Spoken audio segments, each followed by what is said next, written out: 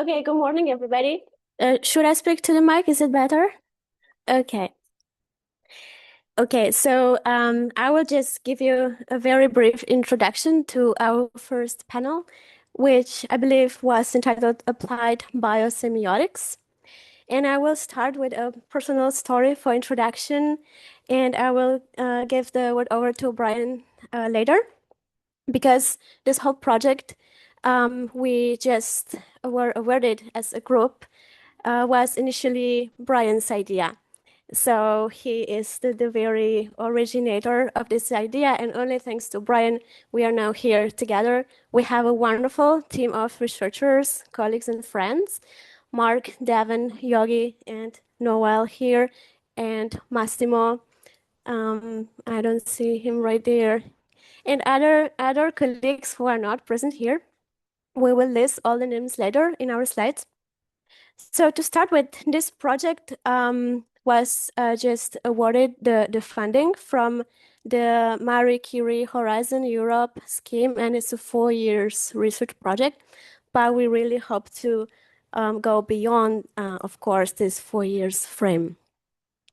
So the name is Moral Health and Semiotic Function in the Kinesthetic Expressivity of Neurodegenerative Disease. Masked acronym. Sorry, I had to read that. It's too long. Okay, so everybody has been asking us what is applied biosemiotics. And there are, of course, many possible ways how to understand applied biosemiotics. In this very project, the application is to the health system, healthcare, and medical studies. So we are using many concepts from biosemiotics, actually. I will share my personal story where I believe the major biosemiotic concept is the code duality, the concept by Hofmeier and Emeke about digital and analog codes and how we can combine both in the diagnostics of neurodegenerative diseases. So for me, this is kind of a very important personal milestone because my dad was diagnosed with Parkinson's in 2014, and it's been already 11 years. So I would like to share with you all my story or the story of my family, how my dad was diagnosed and how it relates to these projects, how it relates to biosemiotics.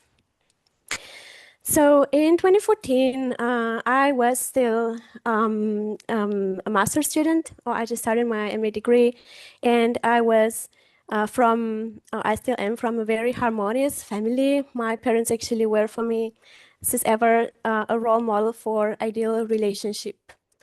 But in 2014, things really shifted, and my dad started to behave differently.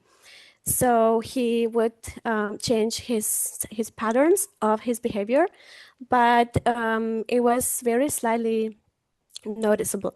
So a lot of things were changed at the level of the facial behavior. For instance, he wasn't able to really express his emotions, and especially empathy at the level of the face. And it led to many conflicts in the family. And of course, it was very difficult for me and my siblings and my mom, who even considered divorce back then. But then I thought, because of course we were devastated, and I was studying back then a course in cognitive neuroscience in Italy.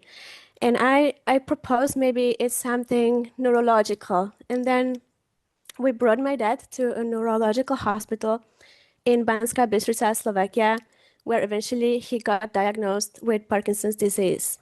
But the path was not really straightforward. It took many weeks and months of lots of measurements, tests, and he was still not getting the diagnosis.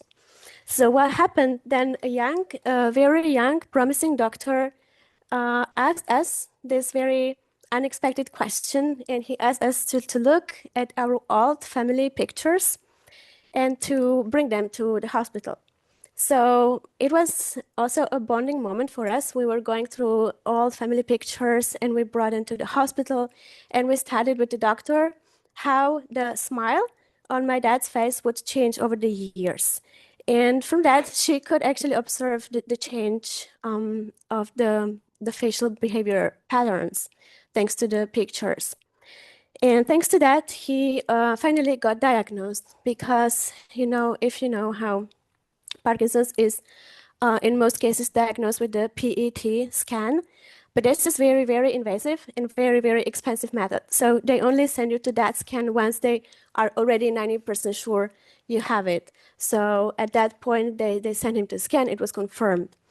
And thanks to this young doctor and this very novel diagnostic, not really something that usually is done to look at the pictures, to look at the face, we were able to have my dad diagnosed at the very early onset. And thanks to that, he started the treatment very early.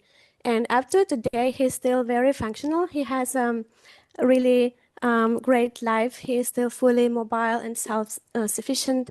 And I believe it is really thanks to the early diagnostics.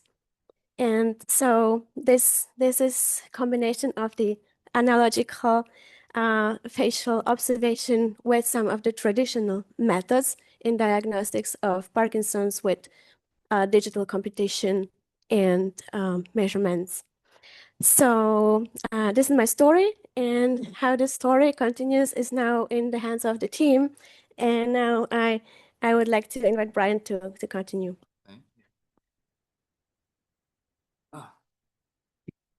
Good morning, everybody. Goeiemorgen. I don't know if that's how you say it in Dutch as well. That's Afrikaans. Goedemorgen. Oh, in Afrikaans it's goeie. But closer to the, can you hear me now? Fabulous. So yeah, thank you for having me. I'm Brian, and I'm going to explain a little bit what MAST is and how it came about. So MAST is a multidisciplinary applied research project. And our main goal is to improve the diagnosis, prognosis, and therapeutic treatment interventions that relate to Parkinson's disease. And Parkinson's disease is a neurodegenerative disease that has multiple different facets to it. But one of the main hallmarks for Parkinson's is something called hypomemia. And hypomemia, which is also known as facial masking, hypomemia, which is also known as facial masking, has to do with the decreased facial expressivity in the way that Ľudmila was explaining in her story. But hypomemia has yet to be quantified, let's say. And the reason that's a problem is because a lot of clinicians, well, when you go into a clinical setting and you meet your medical practitioner and you're trying to get a diagnosis for Parkinson's, it's a little bit more of an art at the moment because there is no standard procedure of determining hypomemia or how much it's progressed or any of those factors. And so we want to apply empirical laws, also known as linguistic laws, to help quantify hypomemia. Now, how that came about has to do with a really good friend of mine. His name is Sid, and I should shout him out here. Siddharth Satichandran. He's at the University of Florida with me in the anthropology department. And we started doing work on rhesus macaque facial behaviors about a year ago. And our central question was simple. Do the facial behaviors of rhesus macaques, do they follow certain empirical laws, primarily Zipf's law and Mesereth's law, which initially derived from the linguistic literature? Surprise, it turns out that they do. And that paper is currently it's not under review yet. I think we're submitting it soon. And so I bootstrapped from that sort of initial work and thought it's kind of hard holding. I wish I could put it on. And so we bootstrapped from that work, and then we thought, okay, there's probably a medical application for this work. And at the time, I was watching the Trump-Biden debate last year. And after the debate, there were certain postmortems about why it is that the debate went the way it did. And there were a lot of medical doctors saying things. And one of the things they said was, well, it looks to us that Joe Biden has either dementia or Parkinson's. And one of the symptoms is hypomemia. And so two and two clicked, and that's how this project came about. Now, as Ľudmila has already mentioned, as of May this year, we've been funded by the Horizon Europe research program, the Mercury Staff Exchange. So that's pretty cool. And as part of that, we're going to have intersectoral secondments where researchers within MAST are going to go to each other's institutions, and there they'll participate in training within facial action coding systems and the neurogen system. And in that way, we think we can start towards this fundamental goal of helping Parkinson's patients and forwarding the research. With that, I move it on to Yogi. Thank you. Thanks, Brian. So yes, I forgot to flip some slides. My apologies. We'll be moving on to the second part of this presentation on health semiotics. So typically,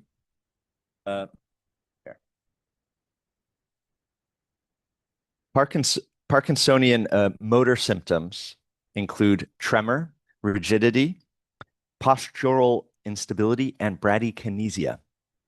In MAST, we concentrate on hypomemia, that is, reduced facial behavior expressivity.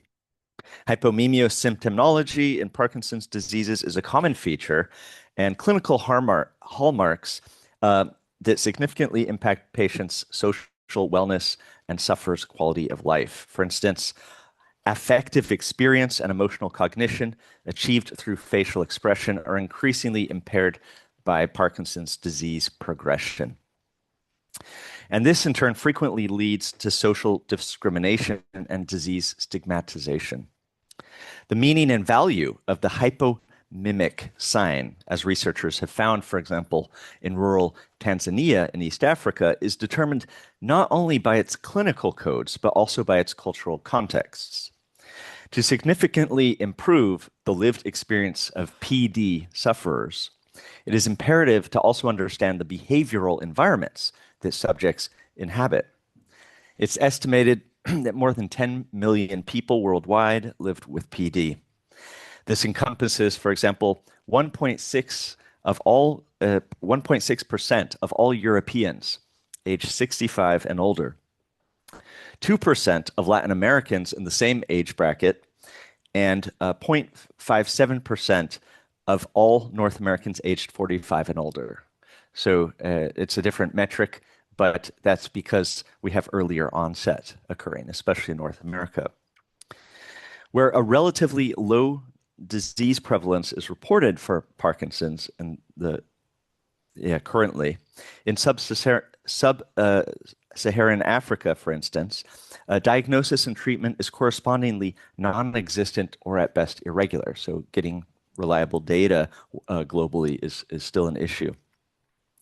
PD impairs health-related quality of life with adverse psychological and financial effects for patients and caregivers. In Europe, over 41 million disability-adjusted life years, or dailies, are lost annually due to PD and similar neurodegenerative diseases. The average cost of illness for a patient with PD in the EU amounts to approximately 21,000 euros per year, increasing to almost 100,000 per year for the most severely affected patients. And in the United States, these diseases have a total yearly economic cost of around $52 billion. Environmental risk factors, not genetic risk factors, have led to an increase in rates of PD by 133% in the United States between 1990 and 2021. Indeed, PD incidence has increased by 18% worldwide in the last 7 years. While lesser known, the average age of diagnosis for PD continues to trend younger due to widespread exposure of populations to environmental pollution, such as microplastics contaminants. The World Economic Forum's long-term project investigating how climate change increases the health and economic burden of non-communicable diseases reinforces this need to address the environmental determinants of PD and other neurodegenerative diseases. The most current diagnostic techniques for PD can be interminable, invasive, and inaccurate. Advanced medical imaging technologies, including magnetic resonance imaging, MRIs, myocardial perfusion, scintigraphy, and transcranial sonography, are expensive and elaborate. Such techniques necessitate a setup ill-suited to the repeat evaluations of neurological diseases and their longitudinal progression. In addition, nuclear medical imaging technologies like positron emission tomography, or PET scans, PET scans, or single photon emission computed tomography, SPECT scans, have prohibitive costs, and limited accessibility.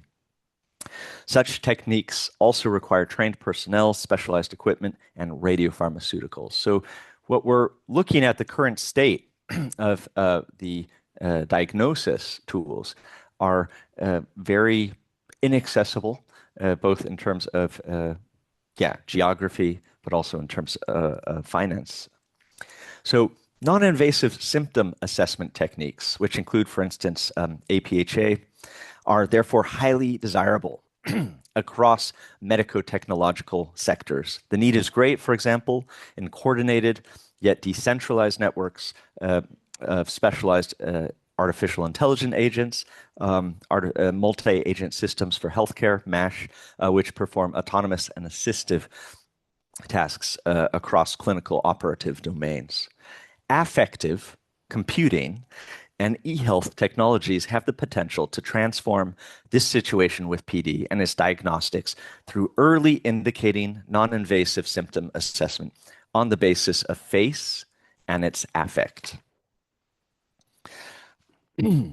Despite clear and immediate significance as an extremely sensitive biomarker and a non-invasive symptom indicator, hypomemia, its pathophysiology, and correlation with other motor and non-motor symptoms remains poorly understood and widely understudied.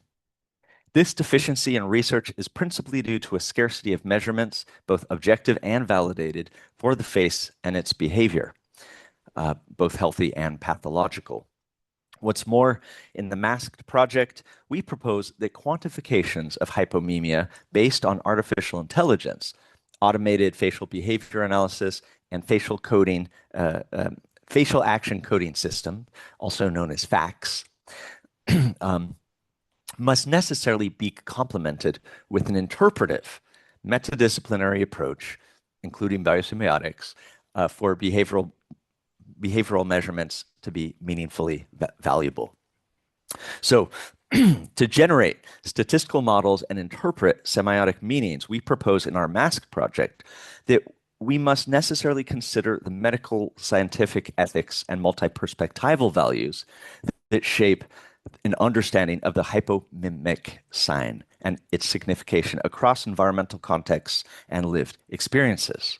Ultimately, diagnosis requires sign interpretation, whether that interpretation is made by a human, a computer, or most probably in modern practice, a human using a computer.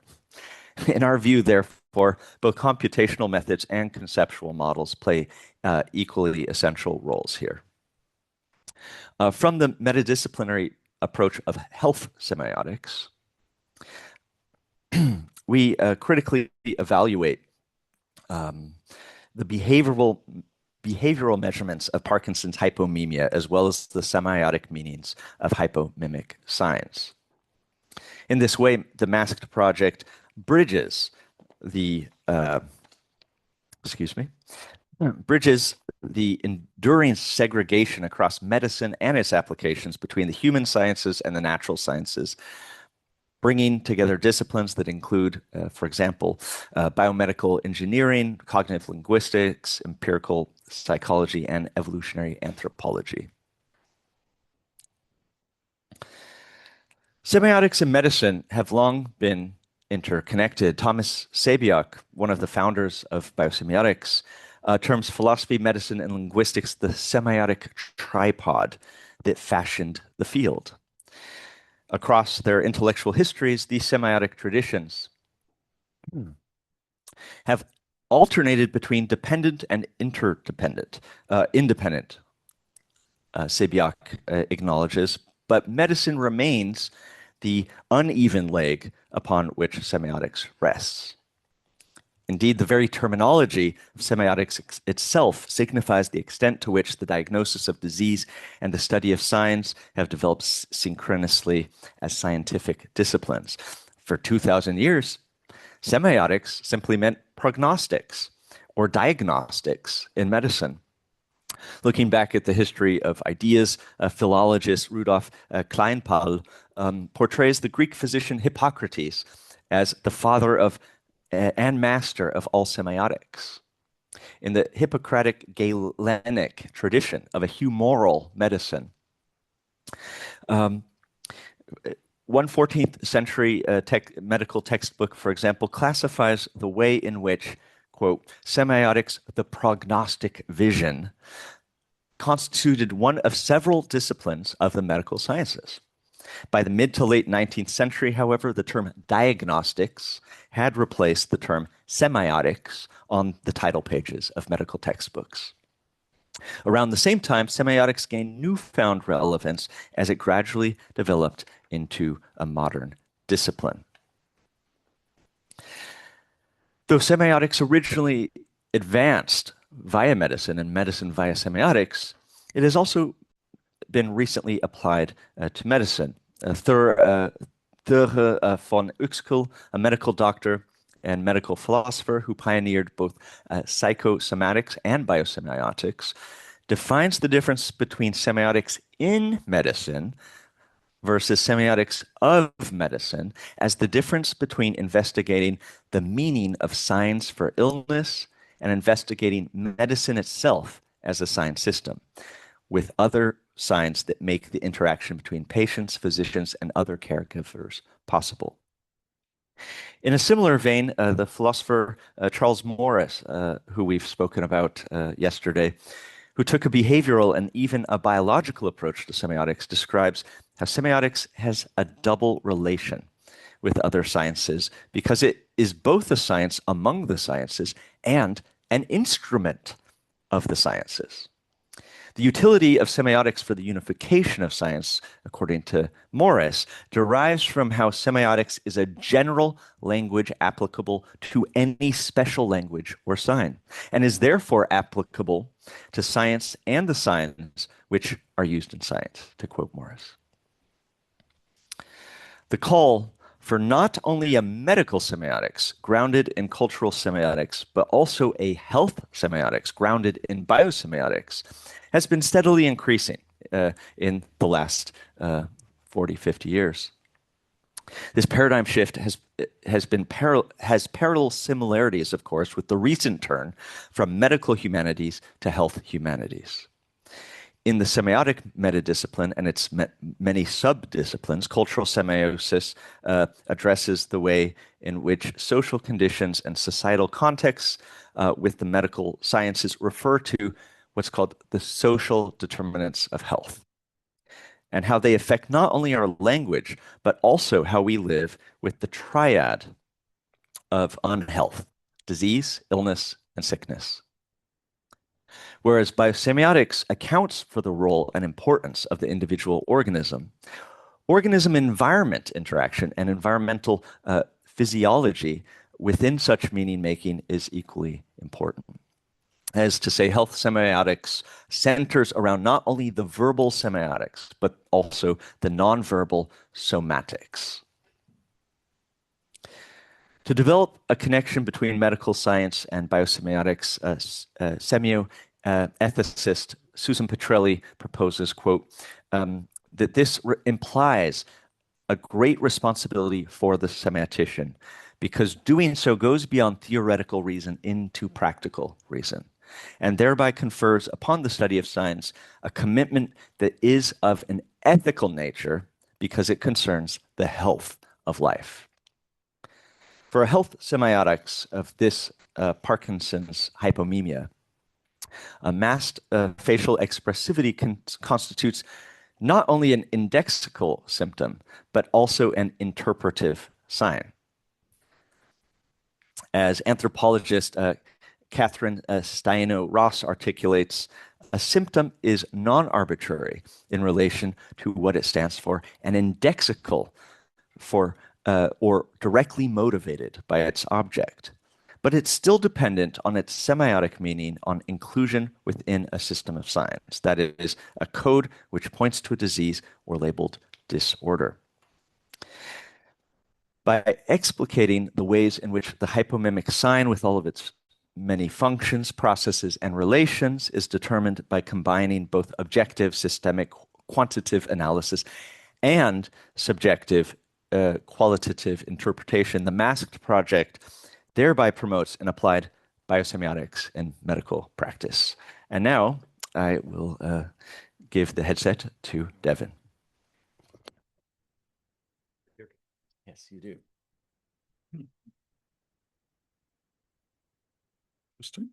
Welcome to Star Trek. Thank you very much.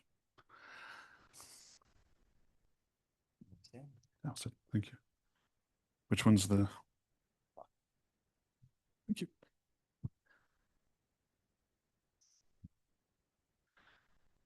All right. Thank you so much. The study of hypomemia must, by definition, begin with and build upon the behavioral measurement of human faces, their morphological structures and movement dynamics. For this purpose, FACS, facial action coding system, certainly recommended, if not absolutely required. First published in 1978, substantively revised in 2002, with a new edition currently under development, psychologists Paul Ekman and Wallace Friesen's approach to behavioral measurement is intellectually indebted to cognitive science, mechanistic ethology, and pragmatist biosemiotics. A comprehensive system for the measurement of all possible visually distinguishable facial movements, the usefulness of FACS lies in it being anatomical, descriptive, non-invasive, objective, and standardized. Today's world-leading measurement system, FACS, supports the medium-term reliability of study outputs and long-term verifiability of study impacts. By the late 1960s, Ekman had begun to explicitly model facial behavior as a multi-message, multi-signal semiotic system. Ekman's seminal paper and the foundation for his FACS appeared in 1969 in the premier issue of Semiotica, the Journal of the International Association for Semiotic Studies. As Ekman himself writes, over the years, he proposed a number of different phrases to distinguish his approach to facial behavior and its temporal dynamics, but hoped that terms taken from semiotics would allow a more lucid differentiation. Indeed, in this paper, Ekman references semiotic works by pioneering semiotician and philosopher of science Charles Morris, and he published this paper through his relationship with Thomas Siebiak, one of the founders of biosemiotics.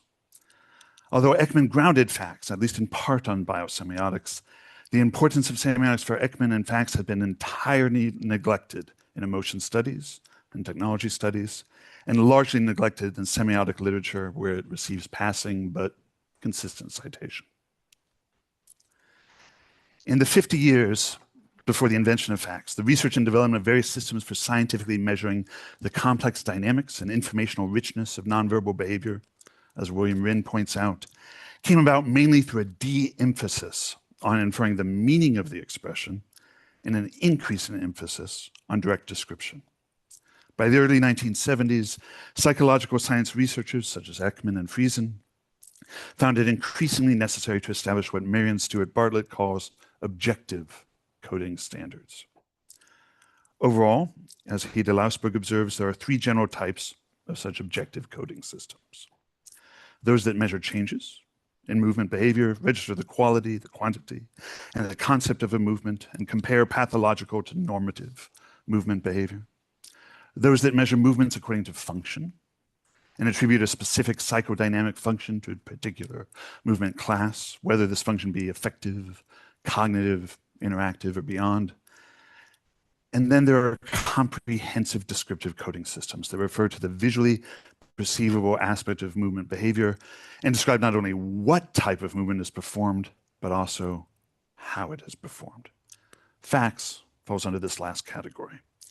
Medical researchers into Parkinson's hypomemia apply facts in their studies precisely because it is objective and comprehensive. What is more, the tacit basis in facts on metadisciplinary biosemiotics intersectionally supports its ready integration with diverse theories of then behavioral interpretation. To measure the face using facts, a human, machine, or human and machine, then score one or more out of the total of 44 individual action units.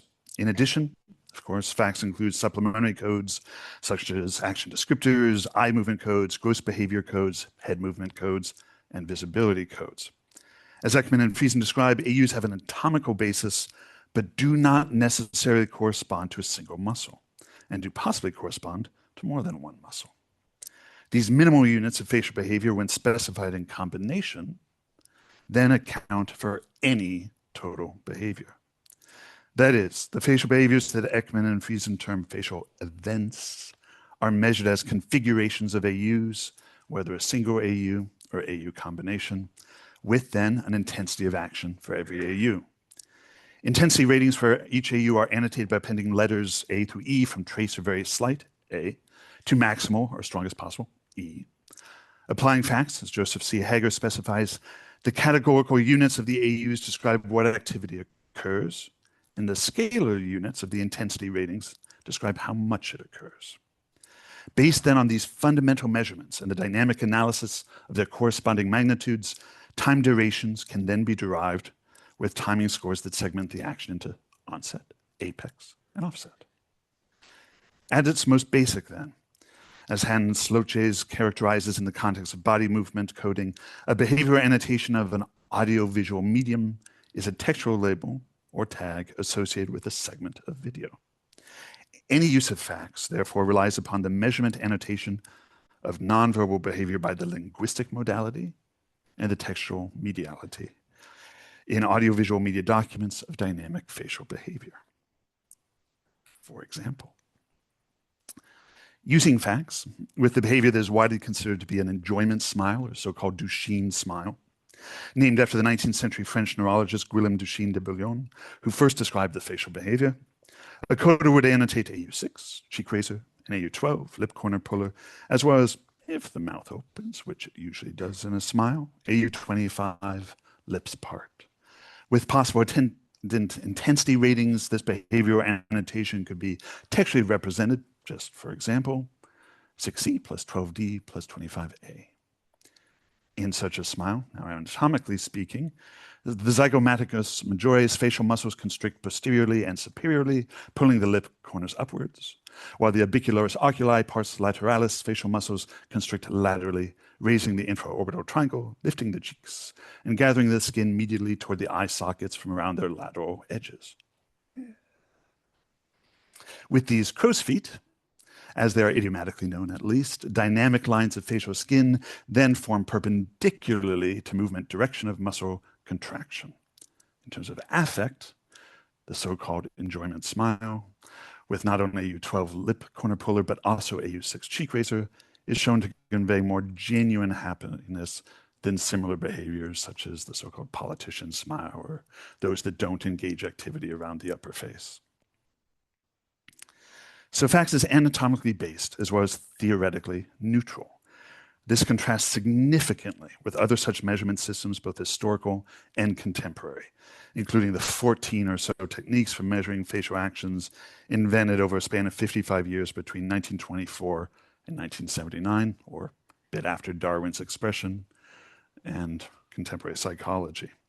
As Ekman himself attests, employing terms from semiotics, facts is an approach for measuring the sign vehicles or representamen that convey the message, instead of making interpretation judgments or interpretants in Peircean terms about one or another message, and for classifying then descriptive units rather than inferential labels. It's AU6 and 12, not a smile. It's AU6 and 12, not happiness. That's a separate step.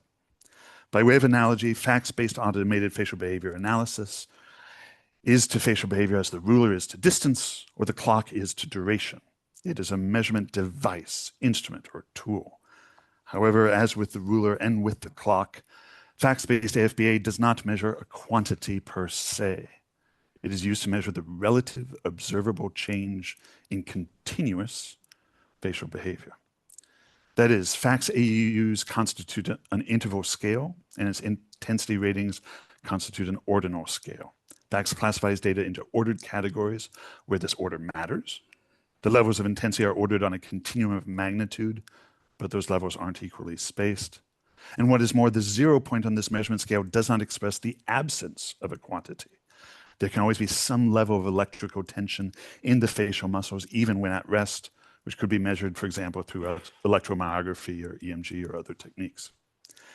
Simply put, facts describes what the face can do in terms of its muscles and their movements, rather than what it should do, according to one or another theory about behavior. As Eric L. Rosenberg, a psychologist who worked with Ekman in his Human Interaction Laboratory at the University of California, San Francisco, suggests, this neutrality is the principal reason for the staying power of facts and its spread of influence. Facts are force for a theory-free measurement system. This is one of its main advantages. Facts can also be used for the measurement of a behavior. However, theory must then be used for the interpretation of this measurement. In our master project on Parkinson's hypomemia, for example, we draw upon insights from anthropology, biosemiotics, linguistics, and psychology, among several other disciplines. Beyond its neutrality, then, facts offers unique affordances for what I've termed facial chronometry. So indeed, perhaps the most distinctive feature of facts is that it provides support for specifically probing the temporal dynamics of facial behavior. Prior to facts, as Ekman himself reviews, only 2 different facial behavior measurement systems held a provision for timing of an action, including Carol E. Izzard's maximally discriminated facial movement coding system and Ekman's own earlier facial affect scoring technique. But these systems only allowed for start, stop, that's it. So facts is the first behavioral measurement system for what might colloquially be called face time, which includes, for instance, both counting frequencies of facial action and comparing magnitudes of facial dynamics. Of course, facts in and of itself has significant constraints for time measurement. When integrated with AFBA, however, it can provide frame-by-frame probability estimates for the absence or presence of an AU, its intensity and timing. And then the measurement of time is particularly relevant for medical studies. Facts-based PHA, in turn, has opened the door to as yet undiscovered knowledge horizons for the study of the face, both in neurodegenerative disease, like Parkinson's, and in kinesthetic symptomatology, like hypomemia. Across today's medical sciences, facial masking is widely accepted as an extremely sensitive biomarker and a non-invasive symptom indicator. PD was originally documented in Western medicine during the 19th century, although textual fragments about such a neurodegenerative disease can be found in ancient China and India. In 1817, though, English surgeon James Parkinson, after whom the disease gets its name, first classified what he called the shaking palsy, or paralysis agintus, characterized in part by, quote, involuntary tremulous motions with lessened muscular power, in parts not in action and even when supported, end quote. Then in subsequent decades, English neurologist William Gowers, among others, goes further to describe hypomemia and its adverse effects on affective experience. Quote, the facial muscles seem to be unable to respond to varying changes in emotion. The expressions of face is a fixed, anxious look, unvaried by smile or frown, end quote. 100 years later, the several diagnostic scales developed for PD, its severity and progression, explicitly address the hypomemia symptomatology. These diagnostic scales either directly, rely upon facts, or we think can be better integrated with it. How are we doing on time? So I think we'll go quickly through these. So here's one diagnostic scale, the Unified Parkinson's Disease Rating Scale that does not use facts. And here's another compared to specific facial action codes. the interpersonal communication rating protocol for measuring individual expressive behavior, which is more of a social ecological approach. So today, FACS is widely regarded by world experts as the most comprehensive system and most authoritative standard for scientific measurement of facial behavior. Over the past 50 years, the applications for FACS, or for some part of a simplified FACS, have included, for instance, augmented and virtual reality, consumer marketing, deception detection, film and game animation, healthcare systems, as we're doing here, human-computer interaction, law enforcement, of course, military perception, smart environments, and social robotics, to name but a few. But first and foremost, FACS is intended for scientific research in behavioral science. The application of FACS in medicines have encompassed, for example, child and adolescent psychological development, psychopathology of affective disorders such as depression, the effects of Alzheimer's on pain signals, behavioral symptomatology of myocardial ischemia, the social effects of alcohol consumption, and meditation practices, as well as mindfulness training, among many others. Today, many, if not most, out-of-the-box and market-leading FPA systems used to analyze the human face and its dynamic behavior in scientific laboratories and research studies are based on FACS. This includes, for instance, not only Notice's Face Reader, which we intend to use, but also Affectiva's Aftex, which we'll also be developing, and even Emotions Facet, where the later two, recently integrated within iMotions, Sabrina Stockwell and her colleague Stress, explicitly rely upon FACS. However, none of the researchers that we've reviewed in Parkinson's hypomemia apply such AFBA systems. Indeed, they tend to turn to open source facial recognition or affect recognition operative solutions. Most likely, this is due not to enhanced results with transparent white box technology, but to prohibitive licensing costs and research budgetary constraints. Typically, in best practices for scientific research, manual coding techniques and automated coding technology are used in conjunction, as one fills the gaps of the other.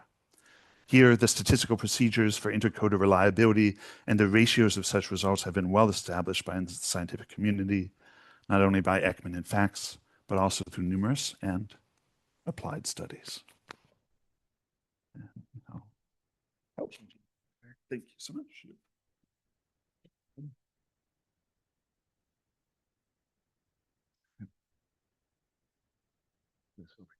Yeah. No.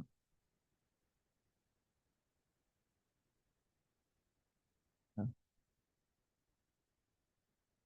Thank you. Hello, everyone. Oops. As Devon alluded to earlier, I'm the psychologist of the crew, and I am specialized in facial expression analysis, and I will go through the technical aspects of what we intend to do in the project. And so it starts with automatic facial analysis that applied to Parkinson's disease detection or hypomemia quantification. We have here like a very schematic, of course, it's a lot more complicated than that, is very schematic overview of how automatic analysis actually works. So it starts with a video input. So the video is, the image is analyzed, like the face is detected from the image, and the specific regions of the face are detected and then tracked over time. And this, the changes in movement or changes observed in the video are then modeled, classified into different action units.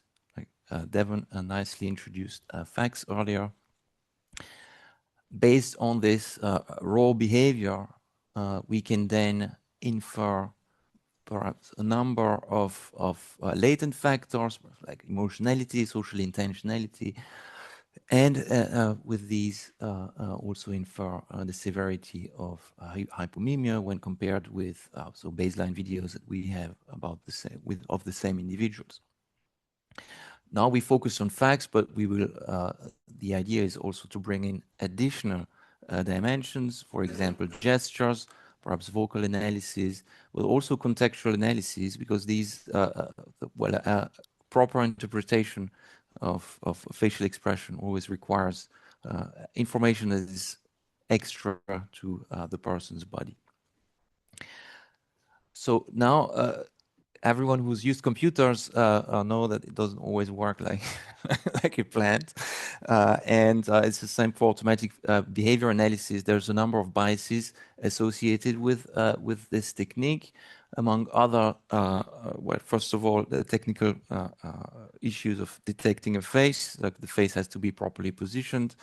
But then when classification comes in, there are a number of biases that occur, and that depends on the nature of the training set that people have used. So now it's quite known that face recognition is biased towards certain groups of individuals, meaning it makes a lot more mistakes for underrepresented groups. For example, female, well, not female, sorry, people of different ethnic groups, and also some gender and some age groups also, yes.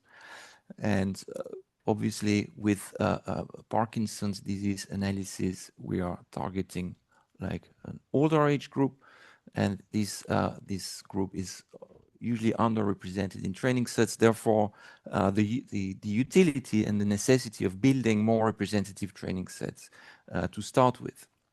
So we cannot use the current algorithm to automatically start working and trying to detect hypomimia. We need to build our own data sets. Building our own data sets also, we can. Building our own data sets implies doing research with human participants, and that has, of course, a lot of ethical issues associated with it. Personal, I mean, a face is personal data, and a face can be used to identify people. As you all know, governments use this all the time to identify people and track people, but not just governments, I suppose also insurance companies, etc. And when you come to, it comes to a very delicate type of inference and interpretation. So about like a medical condition, we have to be highly protective of the person. Therefore, any data or any data set that's being constructed has to follow a number of guidelines, ethical guidelines. There are different guidelines in the United States, Canada, and Europe. I will not go through all of them, but in Europe we have this general data protection law, the general data protection regulations, in fact, and that means a person's video has to be, well, it can be used only when the person agrees or when there's a very little risk to the person's health, but also a reputation. So there's a lot of rules we kind of have to follow before we actually start building these classifications, these classifiers, and these algorithms.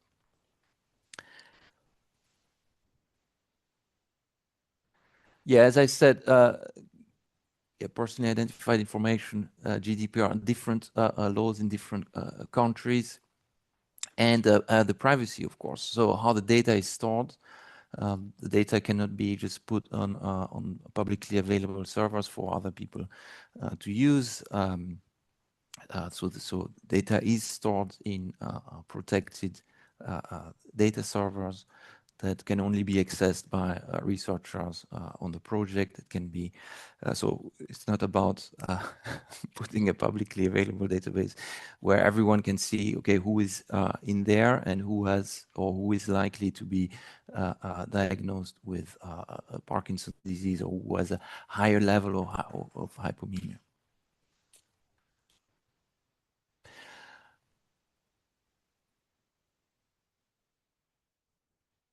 Oops, no, that's the one I wanted to go through. So about personalized care and longitudinal studies. So we we use a technique that, well, when we start modeling behavior, we have to have a lot of variation and a lot of individuals. So we start with data sets that have as many people as possible, so in the hundreds. Based on the analysis, we kind of extract some patterns, some stable patterns, some general laws, perhaps. And that constitutes, say, the science of, say, classifying hypomemia using facial expression analysis. Once we have that, though, a medical doctor has to, be able to use that and be able to help their patients with so evidence-based information. Of course, it's hard to, or it's perhaps not possible, use a large data set or data that comes from a large population and try to predict the behavior or the condition of a single individual. So there is work there to do. So in addition to building these models, making sure that they are used in a proper way, and that involves going from like knowledge that's collected from large scale data sets to an individual's life experience, an individual's condition that might not be representative of the whole population. So that's an additional layer of thinking that we have to put in the project. And that's, I mean, that the issue is applicable to any like medical and even psychopathological research, that we cannot really go from like use like general laws and say, okay, assume that these laws will apply to the individual that is being treated.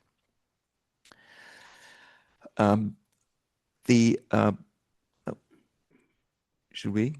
Okay, so I just like it's just a tiny this technique or this measurement will likely help medical profession to make better prognosis also, and to track the disease in a more objective way, and also to track response to treatment using facial analysis as indicator of severity, and see if a treatment like a technique works or doesn't work based on the effect on like basically social expression, facial expressions. Okay, now I think we've talked enough. We would like thank you very much for your presentation, for listening, and oops, yes, that's what you wanted to. So yeah, so now we have like about 5 minutes for question and answer. We would like maybe if Constantine you can turn on the lights, and we would like to invite up Noel and Massimo, who are also here, who are part of our consortium, yeah, we're happy to take a couple of quick questions. Let's just take them. Yeah, first Don.